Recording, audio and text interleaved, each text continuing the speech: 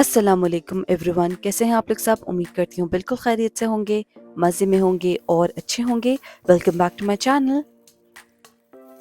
Blog start कर रही हूँ फ्रॉम अर्ली सैटरडे मॉर्निंग। तकरीबन 4:30 हो रहे हैं सुबह के। मैं बस फजर पढ़ के ही नीचे आई थी किचन में। और चावल जो है मैंने सेला राइस ले लिए हैं। इसको मैं भिगोने के लिए आई थी कि पानी में इसको भिगो दूँ। एटलीस्ट 3 से 4 घंटे ये भीगें तो फिर अच्छे जो है ये फूलते हैं। और बस मुझे सुबह सवेर बिरयानी बनानी थी।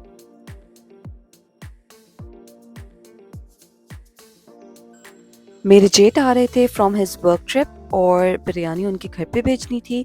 तो बस सुबह सवेरे ही जल्दी बनानी पड़ी। हस्बैंड जो है क्रिकेट पे जाते हैं और पूरा दिन फिर वो घर पे नहीं होते। तो इसके बाद मैं पता नहीं कैसे और किस वक्त भेज सकती।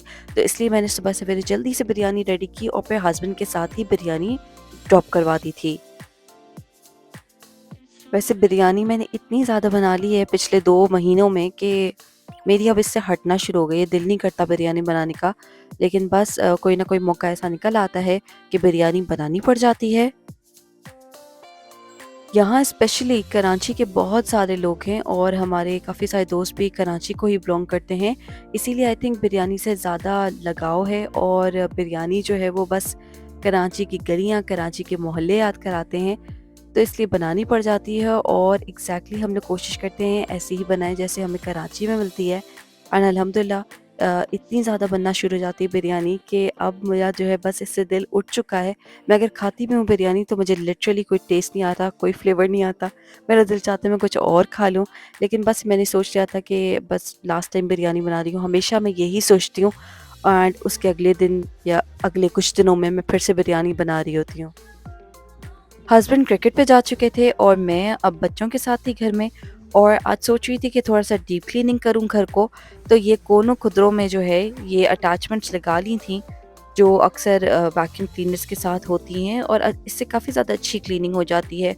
स्पेशली जो ये बिल्कुल ऐसे स्पॉट्स होते हैं जहाँ वैक्यूम रीच नहीं करता, तो वहाँ ये अटैचमेंट्स बहुत अच्छी तरीके से क्लीनिंग करती हैं और बिल्कुल क्लियर हो जाता है सब कुछ। वीकेंड पे कोशिश यही करती हूँ कि घर की सफाई सुथराई और जो भी क्लीनिंग वगैरह है वो सुबह सवेरे कर लूँ, क्योंकि उस वक्त हिम्मत भी काफ़ी ज़्यादा होती है और बिल्कुल एक्टिव होती हूँ।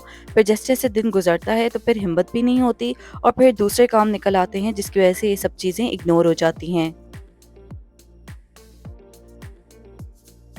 बच्चों को थोड़ी देर कार्टून लगा के दे दिया था ताकि वो उसमें बिजी रहें और मैं जल्दी से तमाम क्लीनिंग कर लूँ।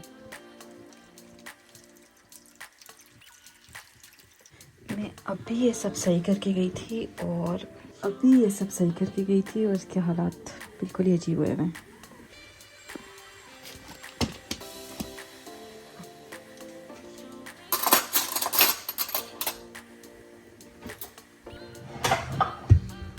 बिरयानी हो और उसके अंदर मैं चुग्गा नहीं मारूं, ऐसे कैसे हो सकता है।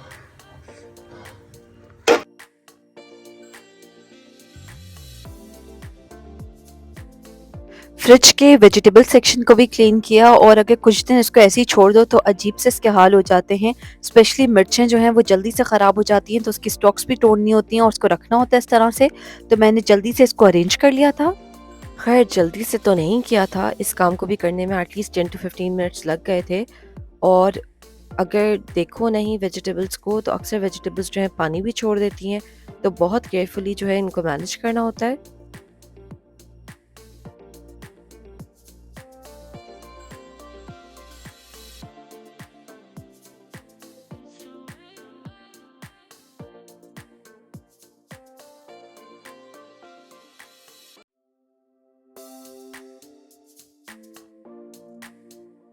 धूप अच्छी निकली हुई थी और आई थिंक ये अच्छा वेदर होता है कि जल्दी से आप कपड़े लगाएं और वो सूख भी जाते हैं।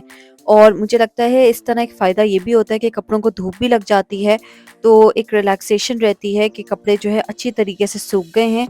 वरना जब यहाँ सर्दियाँ होती हैं तो कपड़े सूख तो जाते हैं लेकिन उसमें एक अजीब सी स्मेल भी आना शुरू हो जाती है, तो बहुत केयरफुल रहना पड़ता है।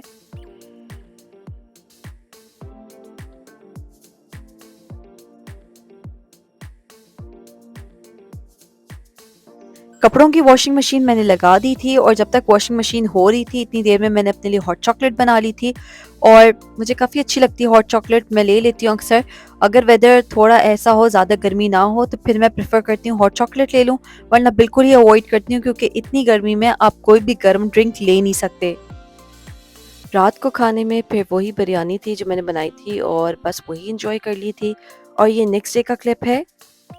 सुबह सवेरे ही दिन इतना अच्छा था, ब्राइट था संडे को, कि धूप भी बहुत अच्छी निकली हुई थी और बहुत ज़्यादा मज़ा आ रहा था। अमूमन जब भी धूप निकली हुई होती है, मेरी कोशिश होती है कि मैं विंडोज़ वगैरह खोल दूँ ताकि धूप अच्छी तरीके से रूम्स में एंटर कर जाए। यहाँ वेंटिलेशन के लिए बहुत ज़्यादा केयरफुल रहना पड़ता है, विंडोज़ को अच्छी तरीके से खोलना पड़ती है ताकि क्रॉस वेंटिलेशन भी हो। चाय को अच्छी तरीके से एंजॉय कर लिया था और मुझे साथ में पता नहीं क्यों बिस्किट्स खाना इतना अच्छा लगता है। अगर किसी को बिस्किट्स की आदत हो जाए विट्टी, तो उसको पता ही नहीं चलता कि कभी-कभी वो कितने खा जाता है। तो लिमिट जो है बस 2 ही तक रखनी चाहिए। 2 से अगर ज़्यादा हो जाए ना तो फिर वो आई थिंक सही नहीं रहता। और बस फिर मैं बस नीचे आ गई थी और नीचे आने के बाद जो है बस मेरे लिए शायद काम जो है इंतज़ार कर रहे होते हैं। मुझे कभी-कभी ऐसा भी लगता है कि काम मेरा वेट ही कर रहे होते हैं कि ये आएँगी तो फिर सफाइयाँ करेंगी और घर को देखेंगी। कल हस्बैंड के क्रिकेट मैच पे खाना था और बाहर जब इन्होंने खाना खाया तो उसकी जितनी भी पतीली वगैरह थी वो घर ही आई थी और मुझे अब इसको क्लियर भी करना था। यहाँ अमूमन सिंक्स इतने छोटे होते हैं कि उसमें जो है ये पतीलियाँ अच्छी तरीके से साफ़ नहीं हो पाती। फिर भी मैंने कोशिश करके जैसे तैसे करके इसको साफ़ कर लिया था। और बहुत मुश्किल होता है, पहले मैं सोची थी बाहर जाके करूँ लेकिन फिर मुझे यही था अगर मैं बाहर लेके जाऊँगी तो वहाँ मज़ीद फैलेगा। तो इसलिए जो है फिर किचन में ही कोशिश करके किसी तरह इसको क्लीन कर लिया था। मैं अपने पहले भी व्लॉग्स में इस प्रोडक्ट के बारे में मेंशन कर चुकी हूँ। ये डिग्रीसर है और ये बहुत ही अच्छी प्रोडक्ट है। अगर कहीं भी कुछ भी ऐसी ग्रीस वाली चीज़ गिर जाए, ऑयल वगैरह हो गया या कोई भी ऐसी चीज़ हो गई जिसके टफ स्टेन्स हो, तो ये इसको बहुत अच्छी तरीके से क्लीन कर देता है।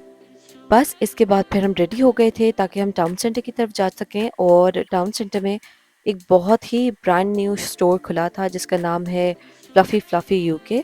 इसकी काफ़ी सारी ब्रांचेस हैं डिफरेंट जगहों पे यूके में, लेकिन यहाँ जो है रेडिंग में फ़र्स्ट टाइम खुल रही थी ये।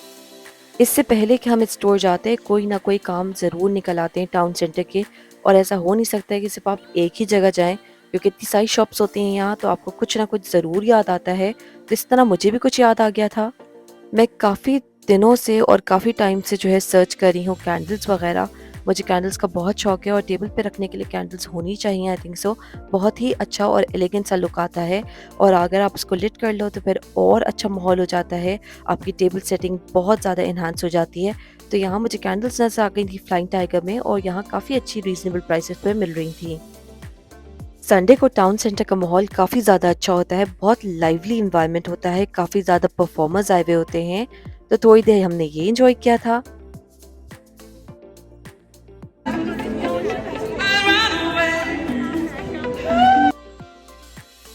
और फिर हम आ गए थे फ्लफ़ी यूके। ये बिल्कुल टाउन सेंटर में ही इसकी शॉप खुली हुई है और मेरा फर्स्ट टाइम एक्सपीरियंस था यहाँ जाने का।